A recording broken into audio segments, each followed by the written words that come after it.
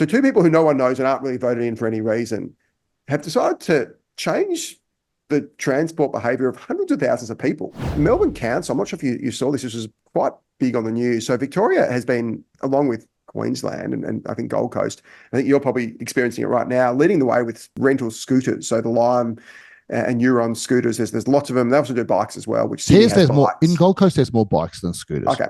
So Melbourne probably has slightly more scooters. I actually prefer the bikes personally, but in a controversial decision that the Melbourne City Council last week decided to ban scooters basically in the space of sort of 24 hours, went from allowing them to banning them. Essentially what happened was this guy called Aaron Wood, who was running for mayor against the incumbent Nick Rees, who's taking over from Stella Cap. And he basically had a platform. So the existing mayor said scooters are fine. The new guy telling him said, I'm going to ban scooters. The existing council obviously got really scared of losing their seats, said, oh no, we'll ban scooters as well. So it was in a 6-4 decision.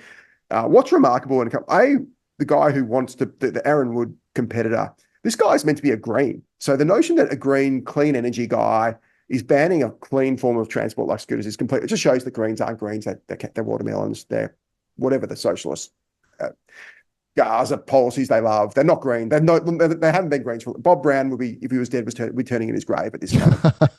The notion that the Greens are misleading people by calling something green. But leave that aside. The fact that two councillors, and nobody knows who councils are. You know my views on councils generally, but councillors are not random anonymous people who no one knows who they are. People get voted on because they're probably the top of the sheet. No one would have a clue what the platform is of any of these people. So two people who no one knows and aren't really voted in for any reason have decided to change the transport behaviour of hundreds of thousands of people. Two people who aren't really properly elected. This is just incredible. So this is Adir's 3 comments on all of the issues you just raised. Number one is a political comment, which is I think there's a real opportunity in Australia for a party to start called maybe the New Greens or the Real Greens, and to be a real environmental party. And I think that would take tons of votes. So I think there's a genuine opportunity for that.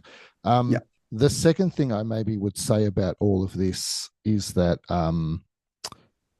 I don't really understand what just happened with the council. Like, I was following it and watching it, but I didn't really understand what the motivation was to cancel it versus to keep it going. But I certainly think, you talk about councils. I've thought a lot about this. Like, if I was the Premier of Victoria, this is going to lose me lots of votes if I ever run for the Premier of Victoria from anyone associated with councils. I would can elected representation at the council level and create like 10 mega councils as administrative zones reporting to a minister for local government in the state government.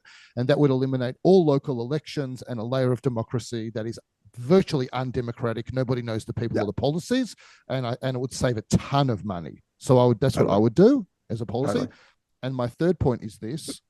I'm so happy. I said when I started, I've got 3 points, but I didn't really know if I was going to have 3, but you got a third. You got there.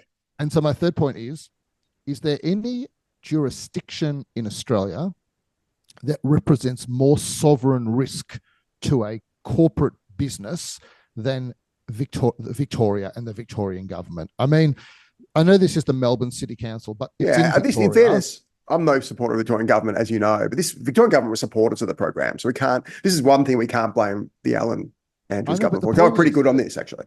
Every time you look in Victoria at all these levels of government, from a state government down, and what you understand is if you're a business and you're operating in this state, you just cannot rely on anything that any government has said or done that is the basis of your business, because they have no hesitation in flipping, because there is just a fundamental disdain for business. That's my view of the state. I think that's probably broadly right. But I think this is worth, and given how bad the Andrews Allen government has been, the fact that this is sort of worse than that shows how bad it is.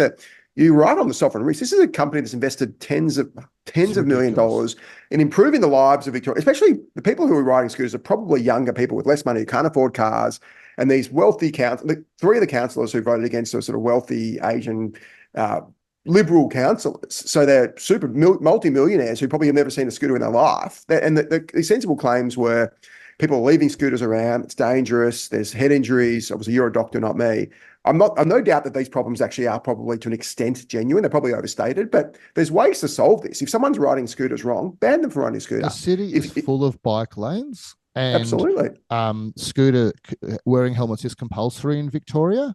So I don't, basically pedestrians and motorists don't really like scooters, Yeah. and they just decided, I guess, that that's where the votes were in the election, and so they went for that. And I don't look. I've got different views about like councillors voting this way or that way. I think one of the challenges that has happened is that you have these people that have now infiltrated local government, career politicians. Yeah, And so we totally. now have career politicians at every level of government in Australia. And all of these people just want to make sure that they get elected or re elected. And so we have seen almost the complete evisceration of policy and what people think is right. Not totally, and I'm too harsh on that. And at the federal level, it's better than at other levels. But I think that's the problem. Like the problem is everyone just wants to stay in government, and whereas I would much prefer a system, and I know it's very unpopular with people who I'm friends with and really like who are politicians who say like, politics is a profession and you should do it for a living.